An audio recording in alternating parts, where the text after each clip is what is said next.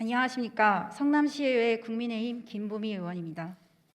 본 위원은 지난 5분 발언을 통해 말씀드렸던 청년 기본소득이 당장 바뀌어야 하는 세 가지 이유를 근거로 청년 기본소득이 이제는 폐지돼야 함을 주장하기 위해 이 자리에 섰습니다.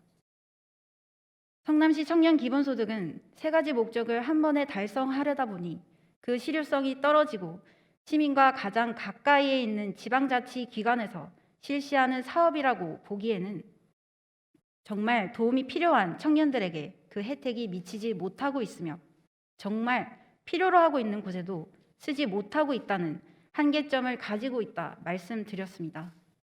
하지만 당시 입법 예고되었던 청년 기본소득 폐지 조례안은 성남시의회 더불어민주당 협의회에 의해 진행되지 못했으며 이번에도 기초생계급여와 장애인 연금 등이 포함되어 있는 사회추경 예산안과 2023년 본 예산안은 뒤로 한 채 청년 기본소득의 예산안을 먼저 세울 것을 요구하고 있습니다.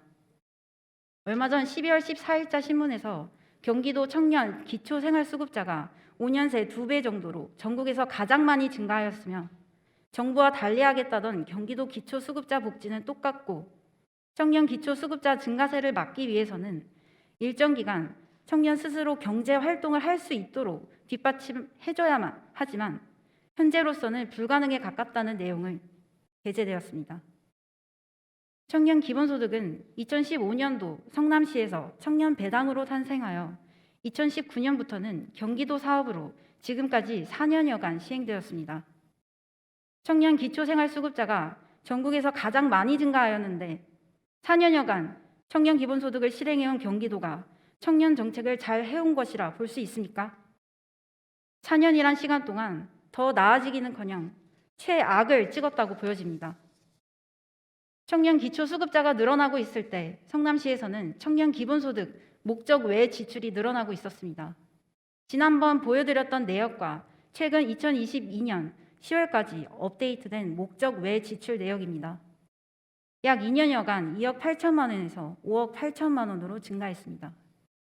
그러나 모든 지표가 늘어나지만은 않았습니다.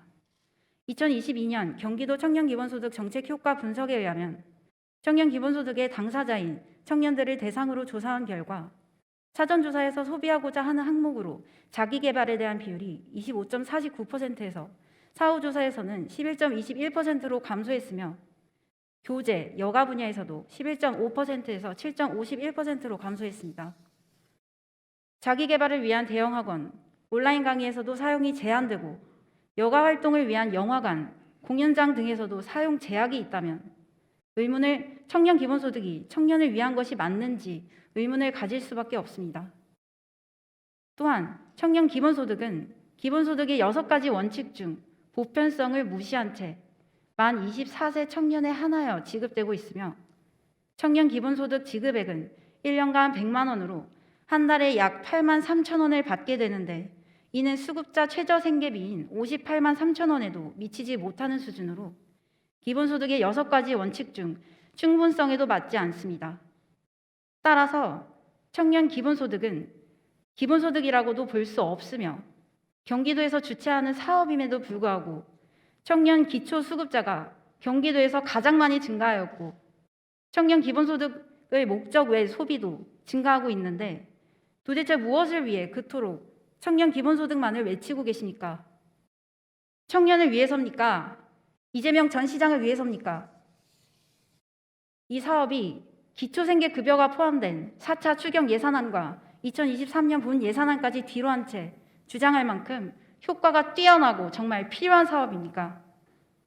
지금까지 본 위원이 제시한 지표들은 그것을 부인하고 있습니다.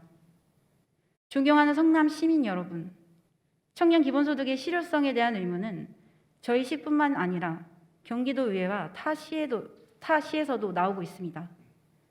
기본소득의 개념을 끼워 맞춘 청년 기본소득은 시범 사업의 성격을 가지고 성남시에서 청년 배당으로 시작되어 그 실효성의 부족함이 이제 드러났는 바 성남시에서 가장 먼저 폐지해야 함이 마땅합니다.